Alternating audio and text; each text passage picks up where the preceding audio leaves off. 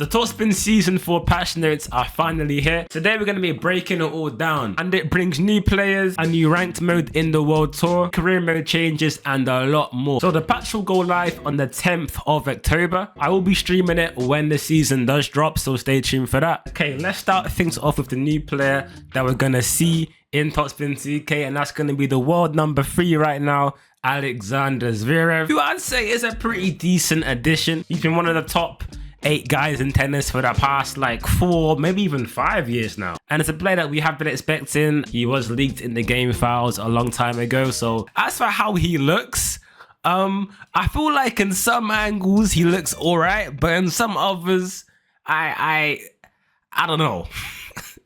But I feel like it's because it's his old like hairstyle. I think right now he's rocking this like man bun kind of thing going on with like a headband and that. But this one, I think it's like his hairstyle from like 2 years ago.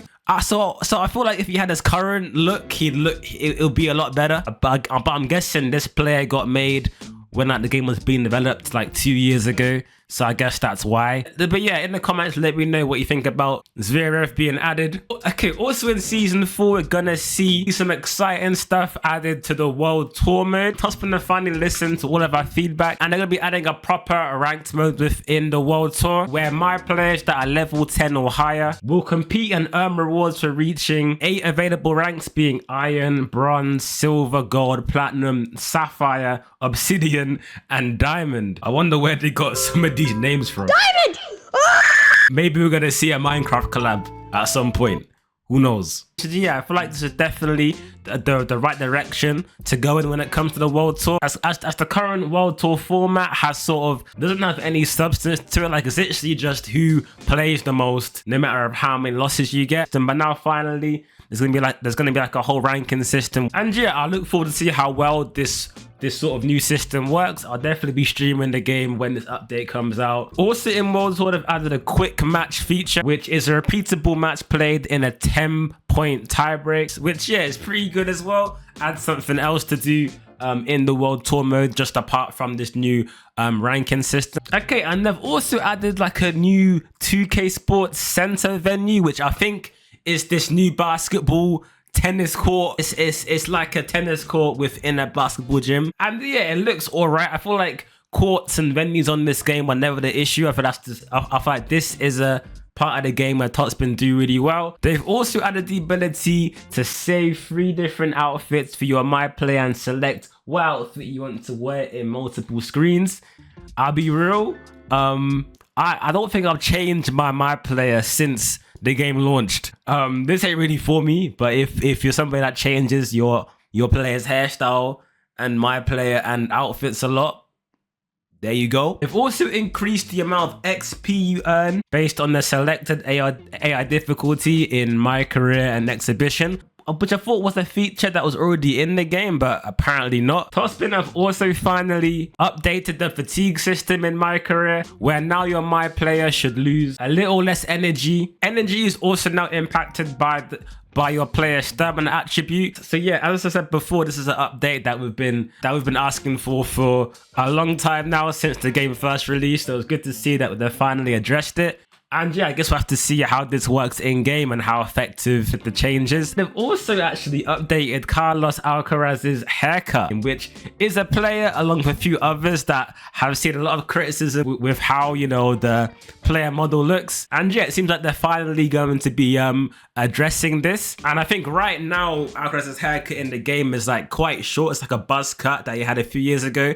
I think currently his hair is like much longer, I think. So I feel like that's what we're going to be seeing. Okay, and there's also a bunch of new gameplay improvements that are going to be added in this new season. The first thing that they've done is they've tuned short cross-court flat shots to have slightly less extreme angles. I feel like this one is a pretty big update, as I think a lot of people have been complaining about the current sort of meta in the game right now, where a lot of short angles are being hit. I feel like it's being contributed by this new sort of what's it called? What's this button on the controller? What's this called again? Button. You know what I mean, though, innit? Like people have been using this to like aim shots, and also the keyboard, and that results in like really crazy angled shots. So hopefully, you know, that's been tuned down. I'm going to be seeing a lot of better, more realistic rallies in the game, but we will see. They've also tuned to low slide shots to be more noticeable, to limit the ability of the opponent to hit the ball hard with extreme angles, especially with flat shots. Okay, that's also actually a really good update in the game. I feel like they've definitely been listening to our feedback because, yeah, I've definitely seen that I've definitely seen that in the feedback channel on Discord and also in Reddit and my comment section. Right now, like, you can just hit a flat shot just off anything, no matter how low it bounces, no matter how awkward a position your player is in. So yeah, if this update is done right, that's gonna make the gameplay a lot better. They've also made minor adjustments to the impact of forehand and backhand attribute to limit how consistently players with a high backhand touch forehand are able to hit the ball very close to the lines. Okay, Topspin. Okay, another good gameplay update there. Like, yeah, I like that one. I feel like it's gonna force people to rebalance their builds. Okay, and they've also made minor adjustments to the power of a perfectly flat control shot for both returns and ground strokes. Not ground strokes, man. It was just returns. It was just returns that was the issue. But for ground strokes, I feel like it was at a good spot. So hopefully flat control shots not been nerfed to the ground again, and they've got a good balance to them. Okay, and they've also added the ability for bad shots that can be the result of bad timing or a low forehand or backhand to land closer to the line on rare occasions. Out of all the gameplay updates, this one is the biggest miss for me. I don't think I like that one, because I feel like if you time a bad shot in real life or in this game, you should be punished for it. It should either go out, hit the net, or be a short ball. But when it says rare occasions, maybe it is really going to be the rarest of occasions, like maybe like one in every like once or twice per match. But if it happens too often, then it's going to be an issue for me, but hopefully that's not the case. And yeah, that is basically all the main updates that I've seen in the patch notes so far. There was some updates to, like, you know, the pro shop and that, but nah.